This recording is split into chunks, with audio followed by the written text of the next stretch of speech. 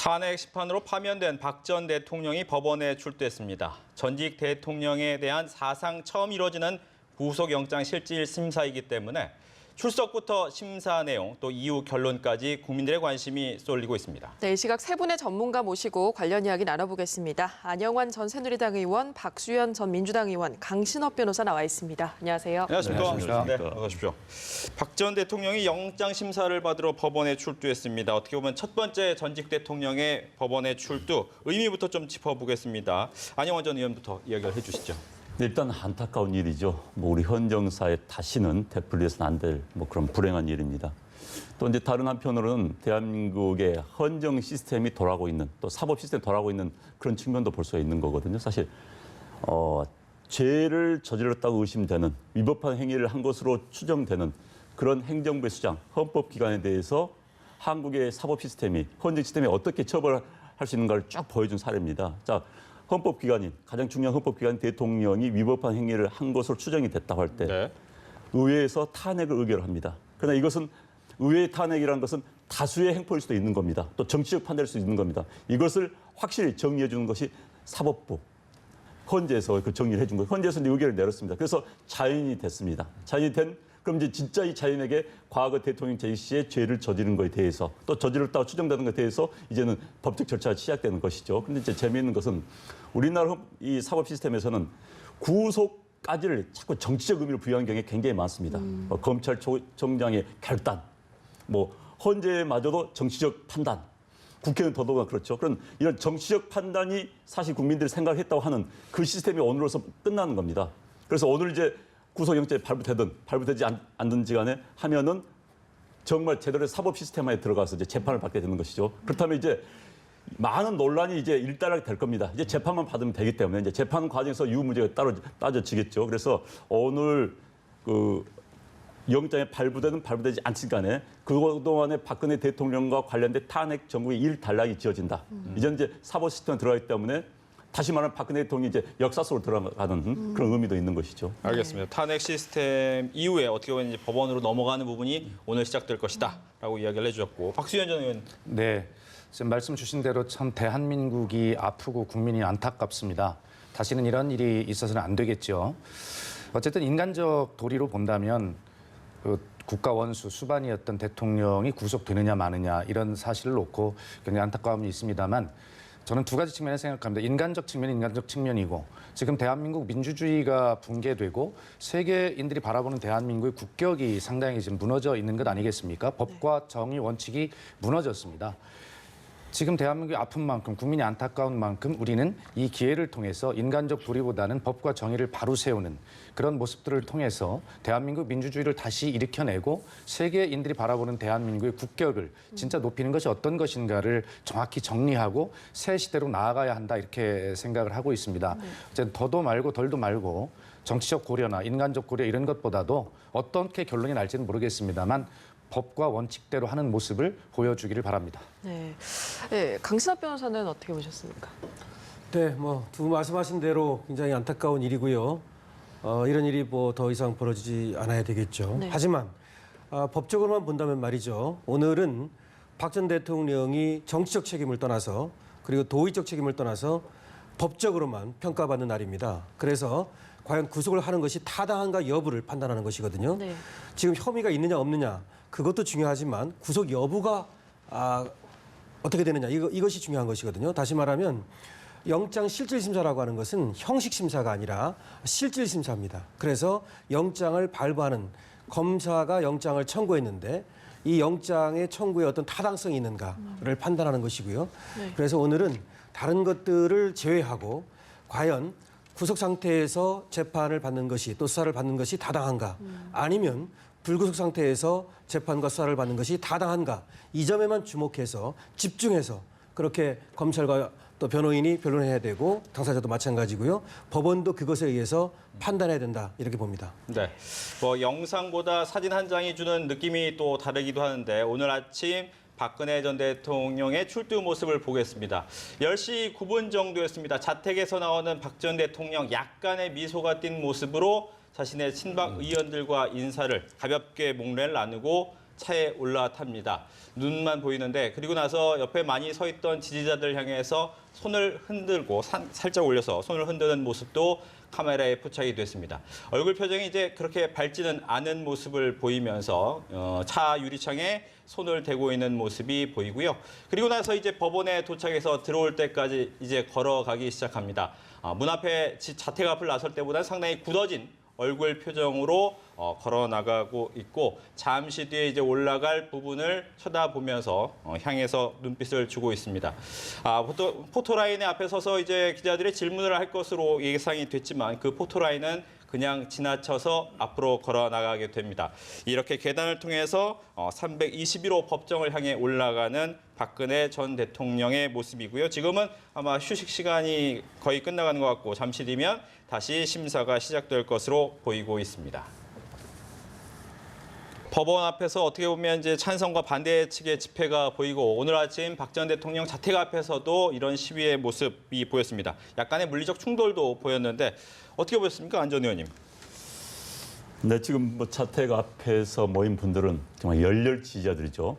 태극기 집회에 나온 분들은 사실 여러 결이 좀 다른 그런 층들이 모여 있습니다. 네. 가장 목소리를 높였던 층들은 역시 열렬 지지자들, 종교적인 그런 감정까지 포함된 그런 지지자들이 있고요. 또 다른 한편으로는 문재인 후보가 되면 안 된다는 그런 분들도 나오셨을 거고 또 촛불 시위가 싫어서 나온 분도 다양한 층이 있습니다만 역시 촛불 시위를 주도했던 가장 열렬 지지자들 지금 소수가 지금 와 있다 이렇게 볼 수밖에 없는 것이죠. 그런데 이제 저는 열렬 지지자들을 구속영장을 발부해서 안 된다는 한 층이나 또는 영장을 발부한다는 층이나 이제는 목소리를 좀 낮춰야 되는 겁니다.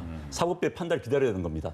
사실 거기서 목소리로 물론 이야기는 할 수 있습니다. 그러나 그런 이야기를 통해서 사법부의 영향력을 행사하려는 의도는 옳지 않습니다. 어느 측이든 간에. 그래서 이제는 사법부가 정말 법과 원칙에 따라서 판단할 수 있도록 그걸 기다리고 그 결과는 수긍을 해야 되는 겁니다. 이게 또 우리나라의 정치 시스템입니다. 여기에 나의 뜻과 다른 결과가 나왔기 때문에 이건 수긍할 수 없다, 받아줄 수 없다. 그렇다면 대한민국이 살 수가 없는 것이죠. 그래서 이제 차분히 사법부의 판단 기다리는 게 옳다 이런 생각이 듭니다. 네, 박 전 의원님. 네, 우리 안영환 의원님께서 이미 정답을 다 말씀해 주셨기 때문에 네. 좀 다른 방향에 좀 이야기를 붙여보면 지금 이제 이 탄핵 이후에 대한민국이 굉장히 분열과 갈등의 시대로 갈 것이다라고 하는 그런 걱정들이 많이 있지 않습니까?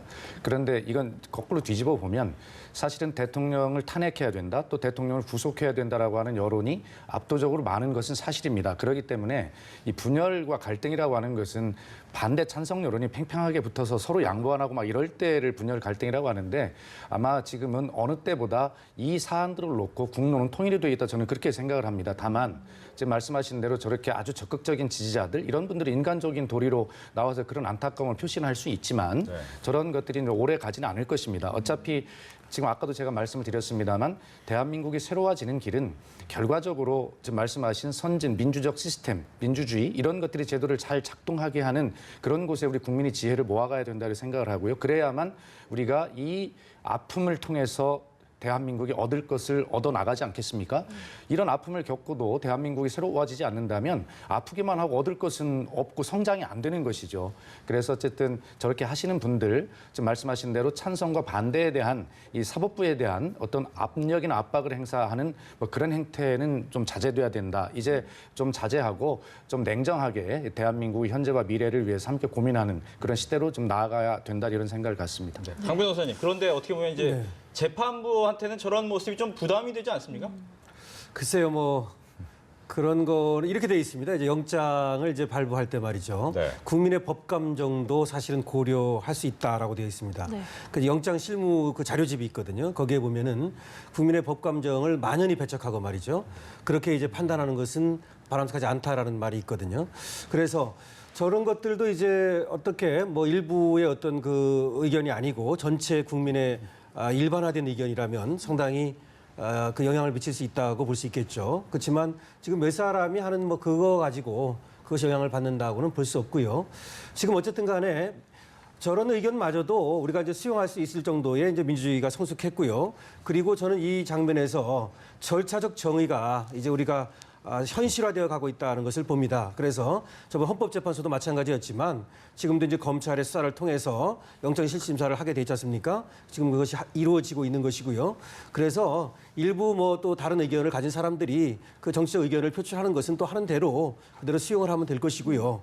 그리고 오히려 우리 민주주의와 법치주의가 이번에 박근혜 전 대통령의 사태를 통해서 오히려 성숙해 가고 또 공고해지는 이런 계기가 되고 있다고도 보입니다.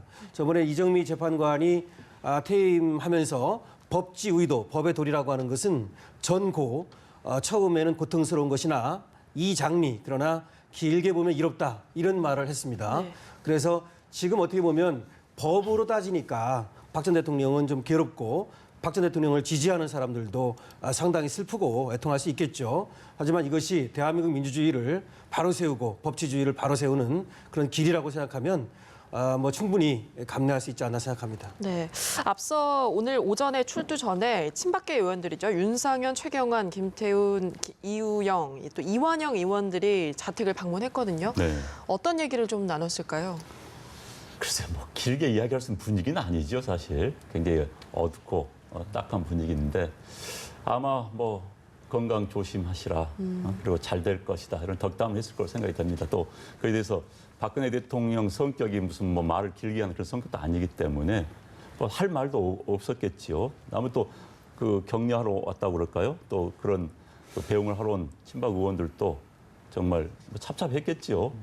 본인들은 이제 두 가지 뭐 정서적인 그런 공감대뿐만 아니라 정치적으로도 본인들 정치적 미래까지 다 여러 생각이 들었을 겁니다. 사실 박근혜 대통령이 이 의원들은 정치인을 만들었고 국회의원을 만들었고 현재까지 다 만들어줬던 그런 분이라고 할 수밖에 없겠죠. 친박계 의원들한테는. 그래서 여러 참 마음감이 교차했을 것 같습니다만 대화는 많이 할 수는 없었을 것이다. 사실 뭐 오늘 저도 화면을 잠시 봤습니다만 그냥 목례만 하고 그냥 나가는 모습을 봤습니다. 그래서 뭐 참 찹찹한 그러나 뭐 잘 다녀오라 이런 이야기는 뭘 할 수 있겠습니까? 그런데 문제는 잘 다녀와야 되는데 네. 뭐 구속영장이 발부되는 순간 그대로 구치소에 들어가는 거 아니겠습니까? 네. 그래서 그런 생각을 한다면은 뭐 다시는 일반인 사회에서 볼 수 없는 그런 상황까지 염두에 둔다면 그냥 찹찹했겠죠.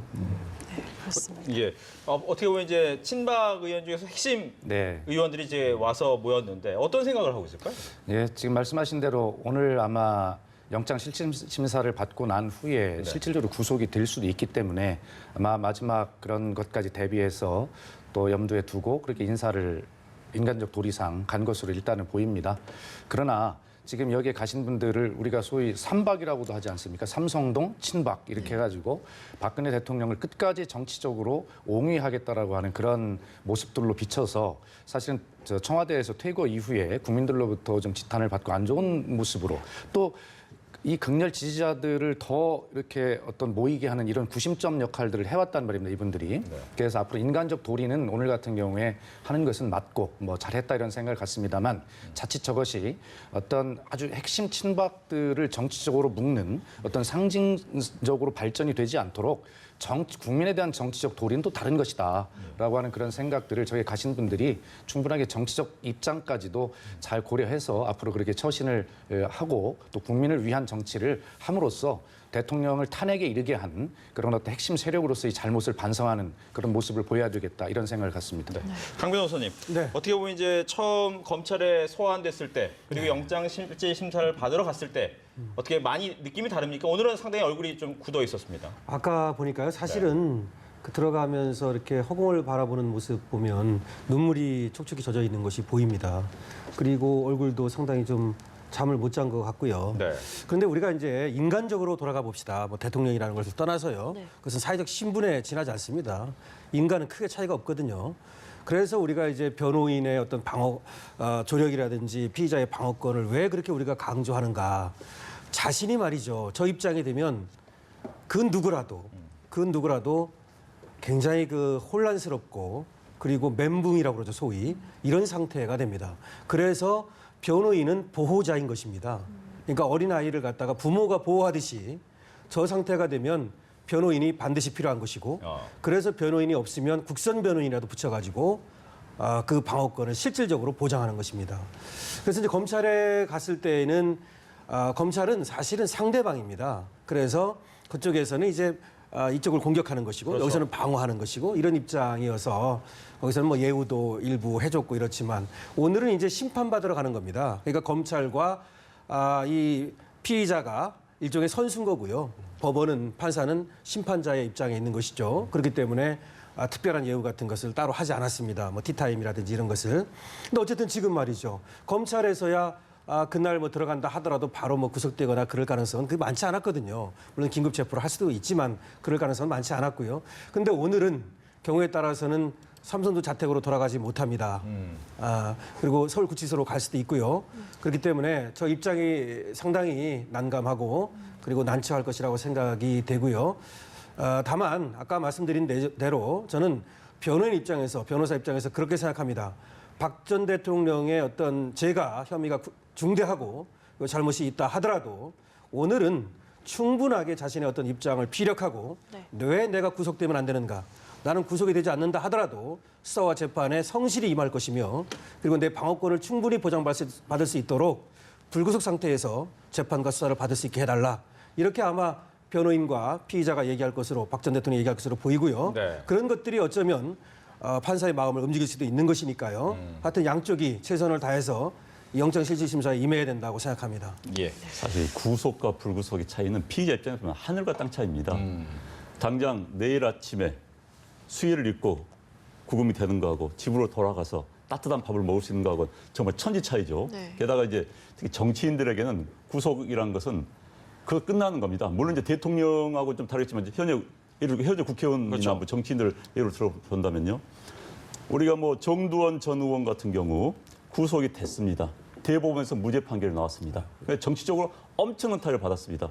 대법원에서 무죄 판결을 받았지만 구속됐다는 이유만으로 거의 재기가 불능할 정도로 타격을 받았습니다. 그런데 홍준표 현재 한국당의 유력한 대선 후보는 불구속 상태로 있다 보니까 지금 대선 후보까지 나와가지고 저러고 있는 겁니다. 네. 만약에 구속 상태였으면 저렇게 됐겠습니까? 엄청난 차이거든요. 그리고 개인이 심리적으로 또 방어권 행사하는 차원에서 그렇기 때문에 대통령 입장에서 본다면은 박근혜 전 대통령 입장에서 본다면은 정말 찹찹할 수밖에 없는 겁니다. 일반 개헌을 따라서 본인의 명예와도 굉장히 큰 관계가 있기 때문에 사실 그래서 눈물을 벌 수밖에 없는 그런 상황일 겁니다. 네.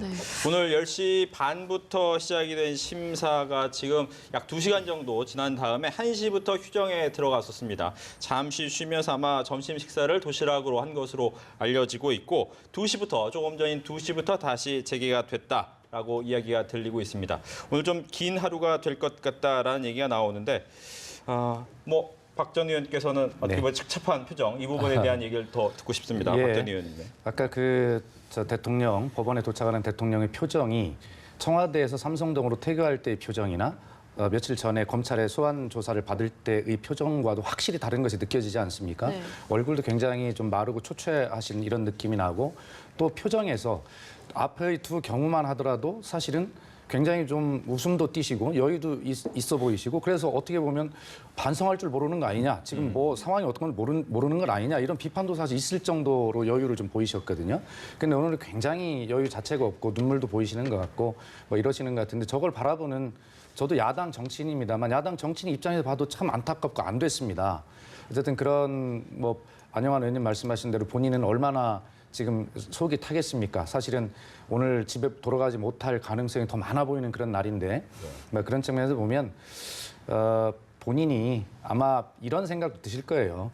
박정희 전 대통령 부친이신 그 후광으로 정치에 성공하고 대통령께 되셨다는 일반적인 평 아니겠습니까? 그리고 본인은 아버지의 그 명예를 일으키기 위해서 대통령이 되겠다라고 그렇게 공언하신 뭐 효성이 깊은 개인적으로 보면 이런 분이신데 지금 본인의 잘못으로 인해서 사실은 그런 부친의 명예까지도 사실은 땅에 떨어뜨린 이런 결과가 왔으니 어떤 개인의 자기 신상과 관련된 것뿐만이 아니라 아버지의 명예, 자신의 명예 뭐 이런 것들 모든 것을 다 지금 잃는 순간 아니겠습니까? 얼마나 착잡할지는 굳이 말로 설명을 드리지 않아도 다 국민이 함께 짐작을 하고 계실 것이다. 그러나 어쨌든 그런 것은 인간적 도리이고 법과 정의 앞에 어떤 결과가 나올지는 좀 국민도 냉정하게 또 차분하게 그렇게 지켜볼 필요가 있다 이런 생각이 드네요. 네. 그러니까 박 대통령 측에서 헌재 결정에 대해서도 굉장히 낙관, 희망을 했다는 거 아니겠습니까? 헌재 결정이 인용이 되지 않을 것이다 예. 라고 생각을 하고 상당히 기대를 가지고 있었는데 그게 이제 또 무너졌습니다. 구속영장도 발부 안 될 것이라고 기대를 많이 했던 것 같아요. 검찰에서 이제 수사 과정에서 검찰이 굉장히 좀 친절한 모습을 보여주다 보니까 그런 기대를 하는데 그 기대마저도 무너진 겁니다. 이제는 더 이상 본인들이 가졌던 뭐 박근혜 전 대통령이나 그 측근들, 뭐 변호인단이 가졌던 기대가 하나둘 다 무너진 겁니다. 근데 이제는 이제 굉장히 내가 기대했던 것은 안 되는 거 아니냐 이런 좌절감성이 있을 가능성이 매우 높아요. 그렇기 때문에 오늘에 대해서 굉장히 불길한 예감 속에 출두를 했을 가능성이 높고 그러다 보니까 그 표정도 그런 과거와 다른 그런 표정을 보이지 않았나 생각이 듭니다. 네, 그렇습니다. 2시부터 이제 재개가 됐으니까 이제 좀 본격적으로 실질 심사를 다시 시작했을 텐데요. 네. 이 박 전 대통령의 호칭이 이제 피의자라고 불리는 것도 법정에서의 자리 배치도 궁금하거든요. 강 변호사님께서 짚어주시죠. 네, 이것이 이제 이름이 그대로 구속 전 피의자 신문이거든요. 네. 그래서 구속 전에 피의자를 신문한다 이게 아닙니까? 신문이라는 말씀을 드리면 신문은 뭐냐면 원래 케어 묻는다는 뜻이 있고요.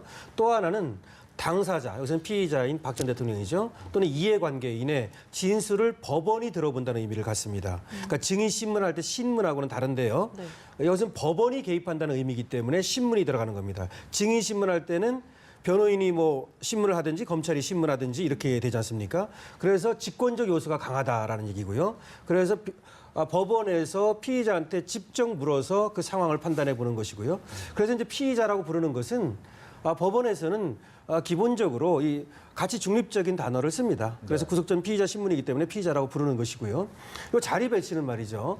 들어가면 이제 재판장을 향해서 박 전 대통령이 이제 앞에 앉게 되죠. 네. 그리고 박 전 대통령을 기준으로 할 때 왼쪽이 검찰이 앉고요. 그리고 오른쪽이 이제 변호사석이 됩니다. 지금 검찰은 한웅재 부장검사와 이원석 부장검사 외에도 다른 그 검사들이 더 지금 들어와서 네. 지금 4-5명이 들어왔다는 얘기가 있고요. 그리고 검사 반대측에 지금 이제 변호인으로는 유영하 변호사와 최명성 변호사가 지금 들어가 있습니다. 그래서 두 사람 변호인단은 지금 사실은 좀 조촐합니다. 과거에 뭐 김기춘 전 비서실장이라든지 이재용 부회장에 비해도 상당히 좀 조촐한데요. 그렇게 지금 이제 진행이 되고 있는 것이고요. 중간에 이제 1시간 정도 점심시간 쉬었지 않습니까? 네. 그리고 바로 얼마 전인 2시간부터 다시 오후 신문이 시작이 됐습니다. 그래서 상당 부분 이제 뭐 진행이 되고 있을 텐데요. 기본적으로는 먼저 아마 검찰에서 박 전 대통령의 혐의에 대해서 설명을 했을 것이고요. 예. 그리고 전체적으로 그 변호인단의 의견을 한번 들어봤을 겁니다. 그런 다음에 박 전 대통령에게 이제 묻고 싶은 것을 하나씩 점검해 나가고 있을 것입니다.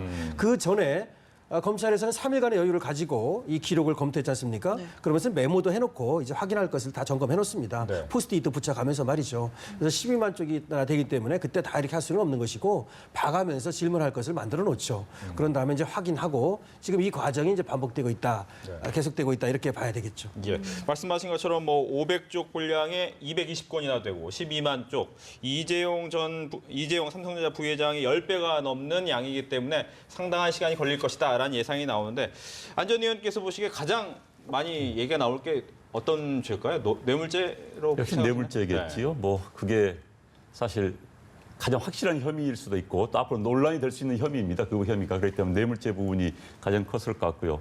어찌됐든 이재용 삼성 부회장과 관련해서 뭐 7시간 반 이야기했지만 이번 더 길어질 수밖에 없을 겁니다. 네. 사실 전체 13개 혐의 가운데서 이재용 삼성 회장 관련된 한 파트 아니겠습니까? 그렇죠. 그렇기 때문에 더 길어질 수밖에 없겠고 뭐 대통령이 박근혜 전 대통령이 어떻게 그런데 본인은 이제 계속 나는 그런 의도가 아니었고 계속 그동안 해왔던 것이 이야기를 계속 하겠지요. 그다음에 이제 변호인단에서는 이제 뭐 추가로 뭐 증거 인멸의 위험이 없다, 무슨 뭐 도주 없다, 뭐 이런 그러니까 구속영장 사유에 해당되지 않는다는 이야기를 할 거고 그런데 이제 워낙 내용 양이 많기 때문에 13가지를 하나 점검하다 보면은 시간이 길어질 수밖에 없을 겁니다. 네. 박 전 의원은 어떻게 보세요? 네, 우리가 통상적으로 구속영장을 발부할 때 뉴스를 보면 범죄 혐의가 소명되고 이렇게 표현하지 않습니까? 네. 근데 우리 변호사님 옆에서 제가 한번 여쭤보고 싶었는데 네. 범죄 혐의가 소명되는 것과 증명되는 것은 차이가 있어 보여요. 일반인이 볼 때도. 그래서 아마 소명이라고 증명이라고 하는 소명이라고 하는 것은 이 문제를 이건 형사재판이 아니지 않습니까? 구속 여부를 판단하는 것일 뿐 범죄 혐의는 열사에 굉장히 많지만 어느 정도 거기에 뭐 증거나 이런 것들이 제대로 갖춰져 있는가 뭐 이런 것들을 대충 보고 나머지는 구속영장의 발부 조건, 다시 지금 말씀하셨습니다만 도주 우려나 증거인멸, 그다음에 사안의 중대성이 세 가지를 가지고 따진다는 것인데 아마 변호인 측에서는 아니 뭐 언론에 삼성동 둘러싸이는데 도주 우려가 없다, 증거 인멸할 수 없다 이렇게 주장할 것이고 또 이 사안의 중대성이라는 것은 워낙 가치 중립적인 이야기 아니겠습니까? 그렇기 때문에 그런 것들에 대해서 사안의 중대성을 뭘로 가지고 판단할 거냐 이렇게 주장을 할 텐데 어쨌든 제가 볼 때는 이런 문제들 이재용 부회장이 7시간인가 뭐 이렇게 쭉 했다는 거 아닙니까? 네. 오늘 아마 그거보다 훨씬 더 범죄 혐의를 소명하는 것 워낙 많기 때문에 그것만 보는 것도 훨씬 더 많은 시간이 소요될 것이고 그래서 아마 오늘 31일 내일이죠. 뭐 새벽까지 아마 이런 상태로 좀 이어지지 않을까 이런 생각이 드네요. 네. 네. 강 변호사님께도 같은 질문이긴 하지만 말씀하신 것처럼 어떻게 보면 구속영장이 발부된다고 해서 유죄라는 의미로 받아들이면 안 되는데 이제 대부분이 그렇게 받아들일 수밖에 없는 거죠. 그것이 우리나라의 지금 이 형사사법제도에 좀 고쳐야 될 점입니다. 두 분 뭐 전 의원님 계시지만 그걸 좀 한번 앞으로 연구해 주십시오. 뭐냐면 미국은 말이죠. 보석금이라고 하는 제도를 통해서 이 신병을 확보하거든요. 네. 꼭 구속을 시켜야만 신병을 확보하는 것은 아닙니다. 그래서 보석금을 내게 하고 말이죠. 그다음에 이제 도망가면 그 보석금을 몰취한다든지 뭐 이런 식으로 이제 하는데 물론 그러면 이제 또 우리나라에서는 뭐 유전무죄, 무전유죄냐 또 이런 말이 나와가지고 그걸 사실 못하는 것인데요. 구속은 사실 최소화해야 합니다. 여기서 꼭 제가 박 전 대통령을 두고 말하는 것은 아닙니다. 저는 일반적으로 얘기하는 것이고요. 제 소신이기도 합니다. 그리고 실제로 대법원에서 지금 웬만하면 불구속 재판을 하라는 것이 대법원의 지침이고 방침입니다. 과거에는 말이죠. 1997년에 이 영장 실질 심사가 생겼는데 네. 그 전에는 웬만하면 다 구속을 시켰어요. 그런 다음에 이제 나중에 이제 풀어주는 식이었죠. 근데 이제 그러다 보니까 영장 실질 심사를 만든 겁니다. 97년에 도입을 해가지고 형사소송법을 개정을 해가지고 그래 판사가 불러보고 이번에 시키자. 과거에는 판사가 불러보지 않고 영장 형식 심사를 했던 거예요. 네. 그래가지고 실질 심사를 하기 위해서 판사 앞에 나가서 이게 이 신문을 받는 겁니다. 그게 그래서 실질 심사입니다. 그런데 지금도 실질 심사가 도입되긴 했지만 아직까지도 우리는 신병 확보를 구속으로만 해결하는 이런 어떻게 보면 후진적인 이런 상태에 머물러 있어요.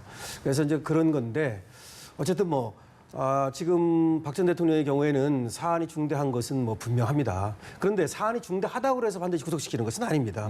혐의가 있다고 해서 시키는 것도 아니고요. 아까 박 의원님 말씀하셨지만 소명과 증명은 물론 다릅니다. 그렇기 때문에 증명이 안 됐기 때문에 구속을 안 시킨다 그건 아닙니다.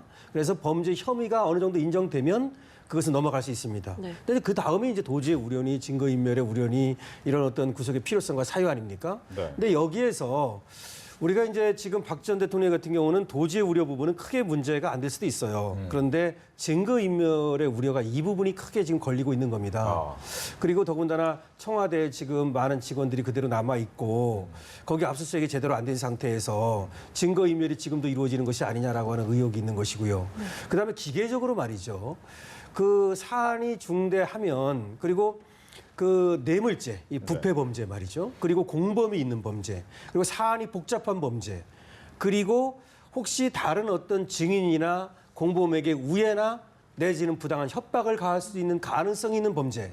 이 범죄는 증거인멸의 우려가 있다고 기계적으로 봅니다. 그런데 불행히도 박 전 대통령의 경우에는 거기에 해당됩니다. 그래서 이 증거인멸의 우려 이 부분이 박 전 대통령을 구속하느냐 여부를 결정하게 될 것이고 여기에 대해서 얼마나 변호인단 측에서 잘 그거에 대해서 피력하고 소명을 하느냐 부분이 중요할 겁니다. 저도 그 증거인멸이라는 부분에 대해서 한 말씀만 간단히 붙이고 싶은데 네. 사실 대통령이 지금 모든 혐의를 부인하고 있지 않습니까? 부인하는 것은 증거를 인멸할 가능성이 있다라고 보여지는 것이죠.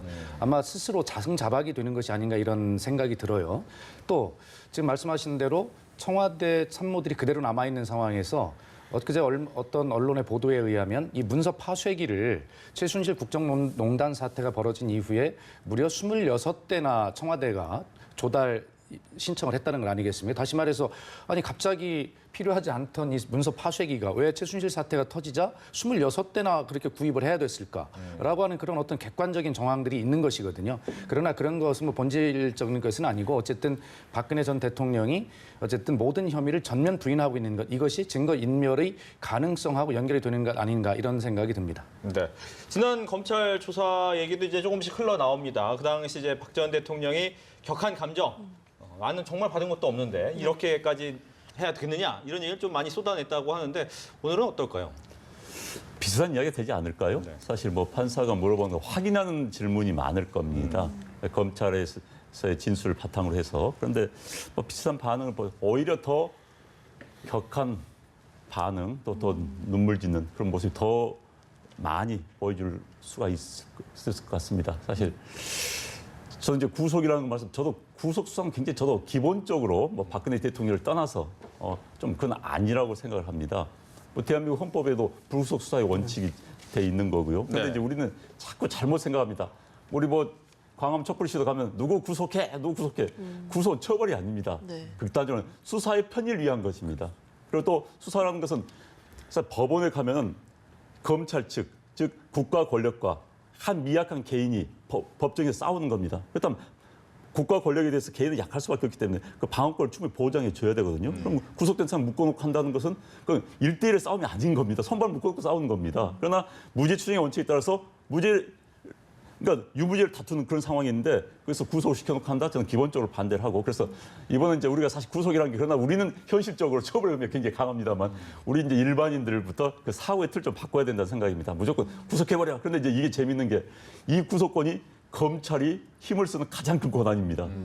그래서 뭐 검찰 출신 변호사들이 돈 버는 가장 큰 이유가 네. 구속이 바로 이것이죠. 그래서 이 부분도 한번 우리가 다시 한번 생각을 해봐야 됩니다. 예. 안영원 의원께서 아주 중요한 말씀하셨어요. 네. 사실은 검찰이나 뭐 경찰이나 마찬가지지만 엄청난 국가 권력이거든요.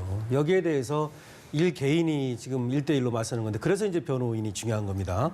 그래서 변호인이 뭐 하는 게 뭐 있느냐 이렇게 얘기하는 사람도 있어요. 뭐 검찰 수사할 때 옆에 앉아 있기만 하고 뭐 법원에 가도 뭐 크게 하는 일도 없는데 왜 돈을 받느냐. 뭐 저는 돈도 별로 안 받습니다만.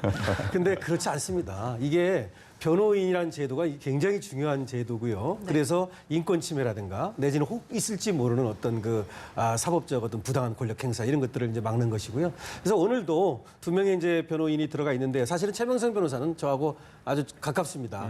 대한변협에서도 같이 일을 했고요.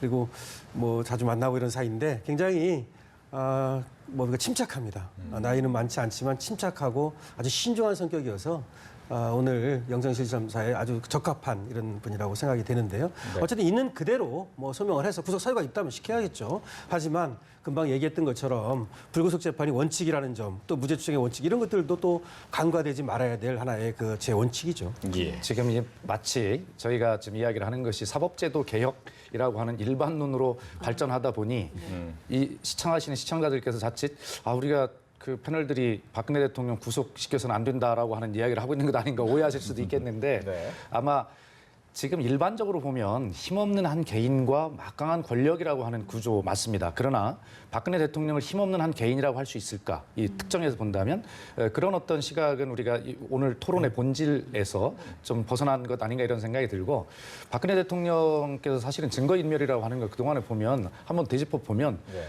본인이 직접 하셨든 지시를 안 하셨든 간에 굉장히 많은 일들이 이루어져 왔어요. 안종범 전 수석의 어떤 그 증거인멸 뭐라고 그러면 가이드라인입니까? 이런 것도 있었잖아요. 핸드폰을 우측 상단을 부숴라. 뭐 전자레인지에 넣어라. 뭐 심지어는 그 수첩 그것도 자기 보좌관에 갖다 뭐 폐기하라. 뭐 이런 여러 가지 지시들을 해온 그런 것들이 광범위하게 지금까지 이루어져 왔기 때문에 아마 박근혜 대통령은 힘없는 개인이 아니라 아직도 막강한 조력자와 권력을 가지고 있는 그런 피의자다라고 하는 그런 사실을 우리가 간과해서는 안 되겠다 이런 생각이 듭니다. 네, 말씀 맞습니다. 그러니까 박근혜 대통령은 좀 다르죠. 힘없는 일 개인은 아니죠. 힘없는 일 개인은 이제 보통 일반 사람들이고요. 그래서 사실은 저는 안타깝습니다. 박근혜 전 대통령이 그 막강한 권한을 가지고 말이죠. 역사에 남을 만한 세종대왕과 같은 그렇게 좋은 정치를 좀 하시지. 어떻게 저렇게 그렇게 지금 이 지경이 되기까지 그리고 뭐 그 조력 옆에서 있던 분들도 마찬가지고요. 사실은 뭐 좀 안타까운 면이 있는데요. 뭐 박수현 의원님 말씀에 동의합니다. 그 부분에 대해서는. 알겠습니다. 지금 중요한 게 이제 그렇다면 앞으로 계속해서 이제 법정 다툼을 갈 수밖에 없는 부분입니다. 오늘 구속 여부를 떠나서 향후에 이제 뇌물죄나 13개 혐의에 대해서 검찰과 계속해서의 수싸움이 이어질 수밖에 없는데 과연 문제는 이제 이 전 대통령의 변호인들이 거기에 대한 논리를 충분히 개발했느냐? 기존에 이제 앞에서 소환해서 뭐 얘기를 해봐라 하면 별 큰 얘기 없었단 말이죠. 이 논리적 대응이 좀 있었을까요? 어떻을까요? 글쎄요, 모르겠어요. 사실은 지금까지 헌법재판소의 변호인 대리인단이라든지 네. 또는 뭐 지금 특검이나 검찰, 이제 검찰이죠. 특히 얼마 전에 여기에 그 변호인단이 잘 못하는 것 같아요. 예. 사실은 좀 거기가 물론 그 이유가 박근혜 전 대통령 때문일 수가 있어요. 그러니까 둘 다 또 궁합이 맞아야 되거든요. 얘기를 했을 때 들어주고 또 이렇게 뭐 서로 맞아야 되는데 얘기를 해도 안 들어주고 내 마음대로 하겠다 그러면 어쩔 수가 없는 거 아니겠습니까? 근데 어쨌든 지금까지는 상당히 핀트가 어긋나는 부분이 있는가 하면 상황 판단을 제대로 못하는 부분이 있어요. 근데 오늘은 어떤 상황 판단을 해야 되느냐면요. 네. 나 죄가 없다 이게 아니에요. 죄가 있다고 해서 반드시 구속시키는 것도 아니고요. 죄가 지금 확실히 증명 안 됐다 해서 구속 안 시키는 것도 아니에요. 아까 범죄 혐의 소명이라고 그랬잖아요. 범죄 혐의 소명은요. 사실은 거의 됐다고 봐야 돼요. 검찰에서도 왜냐하면 이재용 부회장 그때 공소장에 들어간 부분이 다 여기 지금 구속영장 청구서에 적시가 됐거든요. 그다음에 블랙리스트 말이죠. 김기춘 전 실장 공소장에 들어간 부분이 여기다 적시가 됐고요. 무려 92쪽에 이르는 지금 구속영장 청구서입니다. 네. 별지까지 하면 122쪽이고요. 그래서 그 부분에 너무 그렇게 힘을 들이지 말고 내가 구속이 안 돼도 되는 사유, 다시 말하면 지금 건강상의 이유라든가 내지는 자신이 여성이라는 것도 사실은 또 고려될 수 있는 거예요. 그럼 뭐 남성과 여성은 다른 거냐? 그게 아니고 구속을 견딜 때 그리고 여러 가지 이유로 남성과 여성은 좀 다른 점이 있어요. 뭐 그것도 얘기하고 또 내가 수사하고 재판에 성실히 임하겠다는 얘기도 하고 그다음에 내가 또 혐의가 오히려 너무 많기 때문에 내가 만약에 구속이 된다면 방어권을 행사하기가 어렵다. 오히려 혐의가 너무 많으니까 나 거기에 대해서 충분하게 변호인의 조력을 받으면서 그 재판을 받고 싶다. 네. 그러기 위해서는 불구속이 필요하다. 이런 내용을 충분하게 소명한다면 그러면 판사의 마음이 움직일 수 있고 사실은 이 구속 여부는요. 많은 부분은 그런 어떤 소명을 얼마나 잘하느냐와 관계가 있어요. 예를 들어서 내가 굉장히 몸이 아파요. 그런데 뭐 그것을 창피하다고 아니면 또 뭐 그것을 얘기해야 되는지 몰라서 안 했어요. 그럼 판사가 어떻게 합니까? 얘기 안 하는데. 근데 굉장히 아파가지고 정말 견딜 수 없다면 그렇다면 일단 구속을 보류할 수도 있는 겁니다. 네. 그런 식으로 상황을 잘 좀 피력하고 소명하고 이럴 필요가 있다고 보이죠. 예. 뭐 지금까지 오늘 오전에만 이 변호사 측이 얘기한 걸로 보면 아직 절반도 다 못 끝냈다라는 이제 얘기가 나오는 걸 보면 아마 오늘 오후 늦게까지나 계속 진행이 될 것 같고 그리고 내일 새벽도 좀 쉽지 않을 수 있겠다라는 생각이 들 정도로 시간이 조금은 지체되고 있는 모습이 보이고 있습니다. 뭐 계속해서 좀 얘기를 나눠보겠습니다. 오늘 오전 상황도 한번 얘기를 해볼게요. 보통 네. 이제 박지만 동생, 박지만 씨 같은 경우에는 예전에 피보다 진한 물더 있더라라고 했는데 이제 오늘은 또 찾아갔습니다. 어떻게 보셨어요? 아마 저도 뭐 긴밀하게 네. 뭐 외부인들이 노출 안 되게 만났는지 모르겠습니다만 언론에 노출된 상태에서 뭐 저희들이 전원 듣는 바로는 몇 년 만에 처음 보는 것 같습니다. 아마 과거 박지만 씨가 예를 나왔을 때 뭐 그때 뭐 결호가 있었을 뿐 그 이후에는 결호가 없었고요. 또 이제 그 이후에 무슨 정윤회 문건 파동하면서 이제 사이가 안 좋아졌다고밖에 볼 수 없는 그런 상황들이 계속 됐었지요. 또 그 와중에 뭐 최순실 씨 이야기가 불거졌는데 박지만 씨 입장에서 본다면은 또 박지만 씨와 박근영 씨 입장에서 본다면은 언니 또는 자기의 누나가 최태민의 그 그늘에서 빨리 벗어나기를 바랬었고 결국은 끝내 벗어나지 못하고 이 사건이 터져버린 거 아닙니까? 그래서 아버지 정말 불행한 아버지의 그 종말을 봤는데 또 다른 자기 가족의 그 불행한 종말을 보면 굉장히 찹찹했을 겁니다. 그런데 오늘 저도 집에 나타났다는 보도를 보고 깜짝 놀랐어요. 네. 아, 박근혜 대통령이 이제 좀 문을 열었구나 가족에게. 사실 가족에게조차 문을 닫았었죠. 예. 그렇기 때문에 오히려 최순실에 더 갇혀 있었던 그런 부분도 컸었고요. 만약에 박지만 씨나 또 뭐 동생인 박근영 씨가 청와대를 왔다 갔다 했더라면 아마 최순실 씨 다는 아니더라도 조금이라도 저는 줄일 수 있었다는 생각이 듭니다. 소통이 좀 어느 정도 가능하기 때문에. 그런데 이제 그런 폐쇄적인 이번 최순실 사태의 가장 근본은 박근혜 대통령의 소통이 안 됐던 거, 은둔형 리더십이 가장 문제인 겁니다. 그런데 은둔형 리더십을 막을 수 있는 것은 가장 가까운 게 사실 가족이거든요. 그런데 그걸 못했다는 거. 그런데 이제 늦게나마 뭐 박지만 씨가 또 부인이 나타나서 대통령에게 무슨 충고를 아닌 뭐 충고랄까요? 아무튼 뭐 덕담을 하고 격려를 했겠지요. 그래서 이제라도 뭐 박근혜 대통령이 마음을 열고 가족과 함께 좀 정상적인 뭐 그건 제가 보기에는 불가능할 것 같습니다만 그렇더라도 좀 정상적인 삶을 살 수 있었으면 하는 바람입니다. 네. 저는 그 박근혜 지금 전 대통령이 되셨을 때 정말 대통령직을 잘 수행하고 국가에 헌신하기 위해서 가족과의 관계마저도 끊겠다라고 하는 그런 취지, 결심을 국민 앞에 밝혔을 때 사실은 굉장히 감동스럽고 존경스럽기까지 한 적이 있습니다, 사실은. 그런데 알고 보니 정윤회 문건에 의하면 바로 최순실이라고 하는 비선 실세가 그 가족과의 관계마저도 단절시키는 이런 장면들이 나오지 않습니까? 네. 정말 경악할 일입니다.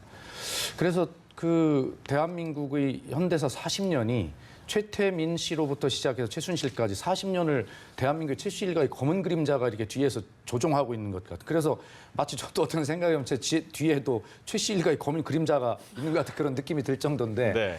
아 정말 슬픈 장면입니다. 그래서 진짜 대통령의 그런 모습이 아마 비선실세 최순실에게 어떤 농단을 당하고 있는 그런 과정이었고 또 그런 과정에서 지금 안영환 의원님 말씀대로 대통령은 점점 더 은둔하고 고립되고 그러면서 한 개인에게 점점 더 의지는 더 커져가고 이런 것이죠. 결과적으로 대통령의 그런 소통 부재 이런 것들이 오늘날 이 민주주의 위기 모두 개인의 저런 불행을 만든 것이다 이런 생각이 듭니다. 네. 강병호 선생님, 네. 지난 검찰 수사 때 이 얘기도 나왔다는 거 아닙니까? 내가 우리 가족, 내 동생까지도 안 만나면서 열심히 일했는데 내가 정말 그렇게 죄를 지은 게 맞느냐, 안 지었다라고 이제 항변을 했는데 오늘도 만약 그 얘기가 나온다, 이것은 도움이 되겠습니까, 안 되겠습니까? 글쎄요, 그 얘기를 또 할 것 같아요. 네. 안 하지 않을 것 같아요. 왜냐하면 2013년 2월 25일 그 취임을 하고 나서 한 번도 안 만났다고 그래요, 지금까지. 이 박지만 이 부부도 말이죠.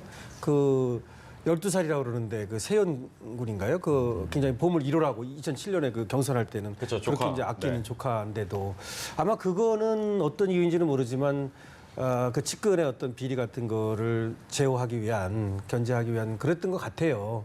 그랬는데 자기도 부지불식간에 그랬는지 뭐 어쨌든 이 최순실이라고 하는 사람하고 이렇게 엮인 거 아닙니까? 근데 이거를 우리가 좀 파악해봐야 될 게 뭐냐면요. 네. 자기는 그거를 박 전 대통령은 잘 인식을 못하는 것 같아요. 그러니까 만약에 박지만이나 또 뭐 그 여동생이나 이런 사람들이 했다면 그거를 오히려 그게 문제가 있다는 걸 바로 느꼈을 것 같은데 최순실이라고 하는 이 사람과의 관계 속에서 말이죠. 그걸 제대로 몰랐거나 정말 본인 말대로 말이죠. 아니면 알고도 너무 믿었거나 그러니까 동생은 안 믿은 거예요. 쉽게 말씀드리면 박근영하고 이제 박지만은 안 믿었다고 봐야 되거든요. 근데 최순실은 너무 믿다 보니까 아직도 그게 꿈인지 알고 깨어나지 못하는 것은 아닌지.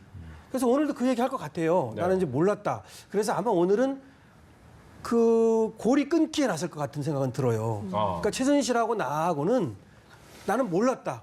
정말로 그런 사실을 전혀 인식하지 못했다. 이렇게 완전히 끊어버려야만 자신이 어떻게 보면 거기서 벗어날 수 있거든요. 그래서 그런 얘기를 할 것 같습니다. 네. 이제 그런 얘기를 이제 박 전 대통령이 강부영 판사에게 하는 거잖아요. 그래서 그렇습니다. 강부영 판사가 어떤 인물인지도 짧게 짚어주시죠. 예, 강부영 판사 뭐 판사들은 뭐 늘 나오는 말인데 신중하고 꼼꼼하고 법리에 밝고 네. 뭐 그렇다고 그래요. 근데 1974년생이고요. 네. 고대법대를 나왔고 32기입니다, 연수원. 그리고 2006년에 부산지법에서 처음으로 발령을 받아서 네. 이제 판사 생활을 시작합니다. 그리고 창원지법과 얼마 전에 인천지법을 거쳐서 올해 2월 달에 서울중앙지법으로 전보가 됐고요. 그리고 처음으로 이제 이 영장 실질심사를 이제 여기 세 번째라 그래요, 이번에 맡은 것은. 근데 얼마 안 된 그러니까 2월부터 했으니까요. 큰 사건을 맡기에는 사실은 경험이 그렇게 많지는 않죠. 근데 이제 그것이 어떻게 그것이 작용될지 이것을 한 번 더 지켜봐야 되겠는데요. 다만 창원지방법원에서 공보판사를 했다고 그래요. 여기 두 분 뭐 다 대변인 하시고 그러신 분들인데 네. 보통 이제 공보판사하고 그러시는 분들은 말도 잘하고 인물도 좋고 좀 적극적이고 이런 것이 있거든요. 네. 그래서 일반 판사님들보다는 좀 더 적극적일 것 같아요. 그래서 정무적 판단을 할 수 있는 능력이 있고요. 네. 대언론 관계를 했으니까 이게 이제 과연 어떻게 작용할지는 조금 이제 지켜볼 일입니다. 예. 이제 오늘 밤을 지나서 내일 새벽 정도가 되면 이제 구속 여부에 대한 결정이 나올 것 같은데 뭐 저희가 뭐 다 알 수는 없지만 어떻게 좀 예상을 하는지 간단하게 좀 들어볼까요? 어떻습니까? 잠깐. 아니 판사의 영역인데 저희들이 사실 이런 말하기도 굉장히 어렵습니다. 그렇죠. 마치 우리들이 무슨 압력을 넣은 것처럼 보일 수도 있는 거고요. 그래서 저는 이제 이런 얘기 안 했으면 좋겠는데 어찌됐든 좀 전체적인 그 판사 입장에서 본다고 한다면은 이걸 쓸 때 구속영장을 발부한 것보다 발부를 하지 않은 기각하는 게 쓸 내용이 많을 것 같습니다. 기각을 시키려면은 그래서 아마 또 이제 법 논리적으로 본다면은 이재용 뭐 많이 이야기 나왔습니다만 삼성 부회장이 뇌물 준 사람 구속돼 있는데 뇌물을 받았을 또 현재 피의 사실이 받은 사람으로도 추정되는 그 사람을 구속하지 않는다면 같은 사법부 체제 내에서 같은 법원 내에서 이거 안 맞지 않느냐? 응? 그럼 사법부로 뭘 믿고 판사 따라서 자기 마음대로 하면 뭘 믿고 이런 이야기가 나올 수가 있는 거거든요. 그래서 어쨌든 이재용 부회장이 불구속이었다면은 상당히 희망을 걷어볼 수가 있었을 겁니다. 박근혜 전 대통령도 그렇기 때문에 현재 분위기는 뭐 박근혜 전 대통령이 구속될 가능성이 높다라고 보는 게 일반적인 이야기인 것 같습니다. 네. 예, 지금 안영환 의원님 또 참 지금 굉장히 곤혹스럽게 말씀하시네. 그래서 저도 방송에 들어오기 전에 오늘 이 질문은 좀 안 했으면 좋았겠다 이런 네. 바람을 갖고 왔는데 하시네요. 어쨌든 굉장히 안타까운 일이고 어려운 일입니다. 틀림없습니다. 그러나 대한민국은 이런 악순환의 고리를 끊고 앞으로 나아갈 필요가 있고 법과 정의를 바로 세울 지금 그럴 시기다 하는 말씀을 좀 언론적으로 드리고요. 지금 형평성 말씀하셨습니다. 그런데 어쨌든 그런 형평성 이런 것뿐만이 아니라 국민들은 뭐 세세하게 그런 어떤 법 논리를 가지고 따지는 게 아니지 않습니까? 국민들께서는 아마 그런 뭐 공범과 주범 이런 사이의 형평성 그것뿐만이 아니라 이 모든 그 존엄한 인간의 권리를 가진 모든 국민이 법 앞에 성역 없이 평등하다라고 하는 형평성을 더 생각하실 것 같습니다. 그렇기 때문에 이번 기회에 아마 뭐 저도 전 대통령이 구속이 돼야 된다 이런 것보다는 아마 국민들이 보시는 그런 법 감정 이런 것들은 아마 대통령이 구속이 되는 것이 맞다라고 하는 뭐 그런 일반적인 여론이 굉장히 더 많은 건 틀림없는 것 같다 이런 생각으로 그냥 지켜보겠습니다. 네. 강 변호사님. 지금 대기 장소가 어느 곳이 될지도 저희가 되게 궁금했었거든요. 네. 검찰청 내 구치감 조사실이 유력하다 이렇게 나와 있는데 이건 어떻게 되는 이거 건가요? 뭐냐면요. 네. 형사소송법에 먼저 좀 말씀을 드릴 것은 인치와 유치라는 것은 다르거든요. 네. 오늘 321호실에 간 건 인치입니다. 이제 본인이 자발적으로 가는 형식을 취했지만 안 오면 가서 데려올 수 있는 겁니다. 그러니까 인치한 거고요. 네. 그다음에 유치라고 하는 것은 일종의 이제 대기 구금해 놓는 겁니다. 그 구속영장 발부 여부가 결정될 때까지요. 근데 형사소송법에 보면은 그것을 이제 교도소나 구치소 내지는 검찰청 구치감 또는 경찰서 유치장 뭐 이런 식의 할 수 있어요. 네. 근데 원래 예상됐던 것이 뭐냐면 그 경호 문제도 있고 여러 가지 있기 때문에 검찰청의 구치감이라고 있어요. 경찰서 유치장처럼 말이죠. 그래서 거기에 이제 하거나 아니면 저번에 1001호실에서 조사를 받았어요. 예. 그래서 그 조사실 저번에 조사받았던 거기 하지 않겠느냐는 어떤 유력한 견해가 있었고요. 지금 뭐 나오는 얘기를 봐도 아무래도 이제 구치감이라든지 또 조금 더 전 대통령에 대한 어떤 예우를 생각한다면 1001호실 그러니까 저번에 조사받았던 조사실 뭐 이런 데가 되지 않을까 이렇게 보는 것이죠. 네. 그래도 두 분께 물었던 질문 동일하게 구속 여부에 대한 영장 여부에 대해서 얘기 더 듣겠습니다. 예, 뭐 저도 원론적으로 이제 보면요, 박 전 대통령은 구속이 돼도 할 말이 없을 정도로 상당히 혐의가 중대하고요. 그리고 뭐 증거인멸이나 이런 것들이 충분히 있습니다. 가능성 같은 거. 근데 다만 이렇게 생각합니다.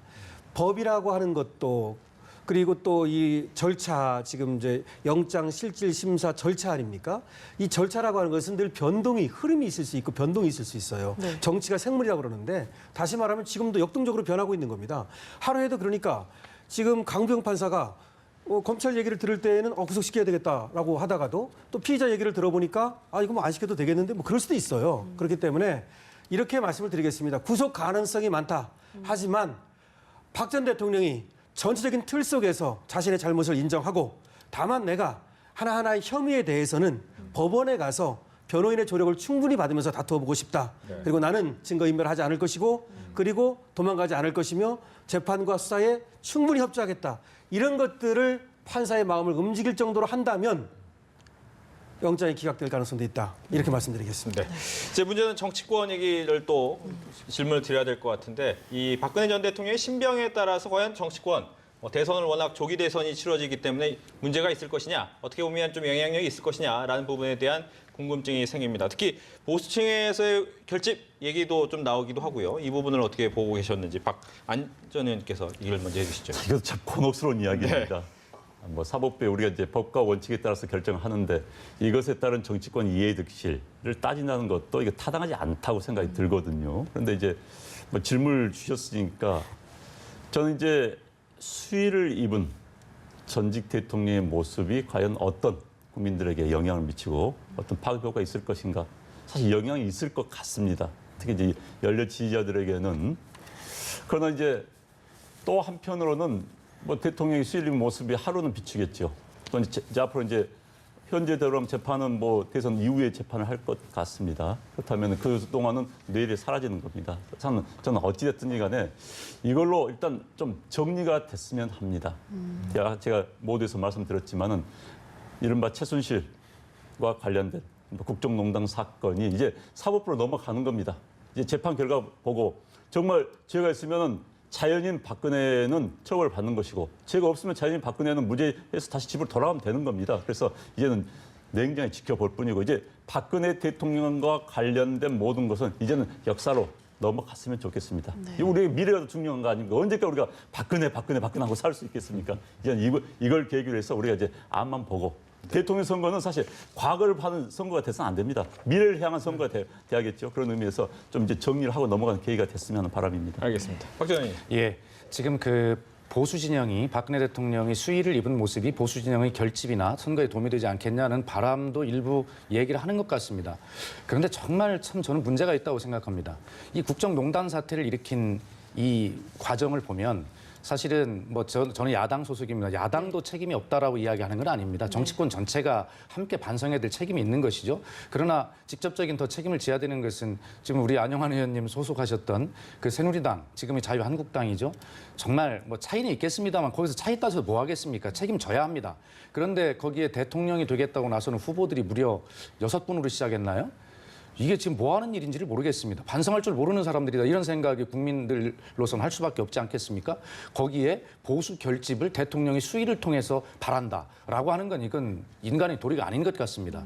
어쨌든 대통령이 수위를 입으시는 저런 모습은 다 국민이 한 사람 안타깝게 생각하지만 우리 안영환 의원님 말씀대로 이제는 우리 앞으로 가야 합니다. 이런 것들이 정치에 어떤 영향을 미칠까라고 하는 것 별 의미가 없어 보이고요. 또 이미 4월 17일 그 본 선거가 시작되기 이전에 이 모든 것을 끝내기 위해서 일정도 빨리 진행하는 것 아니겠습니까? 이제 바로 대통령 이 구속 여부가 판가름 나면 이제 각 정당이 대통령 후보가 선출이 되면서 본격적인 대선 정부로 쓸려가기 때문에 아마 국민들 뇌리에서도 박근혜 대통령이 그 고통이 아프지만 잊혀져 가지 않겠나 이런 생각이 듭니다. 강 변호사님 마무리 말씀해 주시죠. 예, 뭐 앞에서 좋은 부분 말씀하셨는데 저도 오늘의 사태가 굉장히 국민들께도 마음이 아프실 거예요. 전체적으로 말이죠. 근데 이것은 크게 발전하기 위한 하나의 단계다. 뭐 이렇게 생각하고 오늘 어떤 결정이 나오든 사법부의 판단에는 늘 그 존중하는 자세가 필요합니다. 그래야만 그 사회가 유지될 수 있는 것이거든요. 그것은 하나의 전제인 것이거든요. 사법부라고 해서 전혀 오류가 없는 것은 아니에요. 하지만 우리는 오류가 없다고 전제하는 것입니다. 그래서 이번 사법부의 판단에 대해서 어쨌든 또 모두 존중하고 어떤 결과가 나오든 그렇게 했으면 좋겠습니다. 네, 오늘 말씀은 여기서 마무리 짓도록 하겠습니다. 세 분 고맙습니다. 고맙습니다.